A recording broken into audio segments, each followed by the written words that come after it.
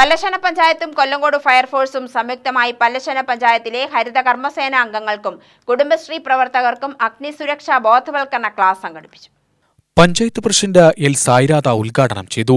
പലപ്പോഴും കുളിക്കാനിറങ്ങുന്ന കുളിക്കാനിറങ്ങുന്നവരിലുണ്ടാവുന്ന അപകടം അത് കെട്ടിക്കിടക്കുന്ന കുളങ്ങളിലായാലും ഒഴുക്കുവെള്ളത്തിലായാലും ഉണ്ടാവുന്ന അപകടങ്ങൾ എങ്ങനെ തരണം ചെയ്യണം എന്നുള്ള ഒരു പ്രധാനപ്പെട്ട ഒരു വിഷയം തന്നെയാണ്. ഇന്ന് കേരളത്തിലെ നീന്തൽ അറിയാത്തത് കൊണ്ട് മാത്രം കുളത്തിൽപ്പെട്ട് മരണപ്പെട്ടു പോകുന്ന നിരവധി മരണങ്ങൾ റിപ്പോർട്ട് ചെയ്യപ്പെടുന്നതിൻ്റെ സാഹചര്യത്തിലാണ് ഗവൺമെൻറ് എല്ലാ പഞ്ചായത്ത് കേന്ദ്രങ്ങളിലും ഒരു നീന്തൽ പരിശീലനം ഉണ്ടാവണമെന്ന്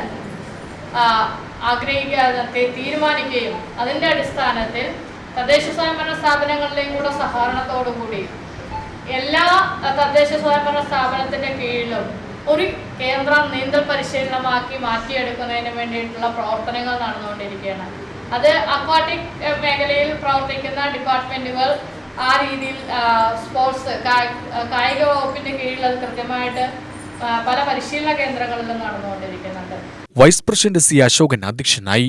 fire and rescue officer M Narayanankutty ബോധവൽക്കരണ ക്ലാസ് എടുത്തു. ക്ഷേമകാര്യ standing committee chairman K Ananthakrishnan, ward member A Vasanthi, Chittur പ്രതികരണവേദി president M Selvan, D Manoj, A Manikandan എന്നിവർ സംസാരിച്ചു. വയനാട് ഉരുൾപൊട്ടൽ ദുരന്തത്തിലെ രക്ഷാപ്രവർത്തനത്തിൽ പങ്കെടുത്ത പല്ലശ്ശന ഗ്രാമപഞ്ചായത്തിലെ സിവിൽ ഡിഫൻസ് സേനാംഗങ്ങളെ ഗ്രാമപഞ്ചായത്ത് പ്രസിഡന്റ് അനുമോദിച്ചു. UTV news, Palakkad.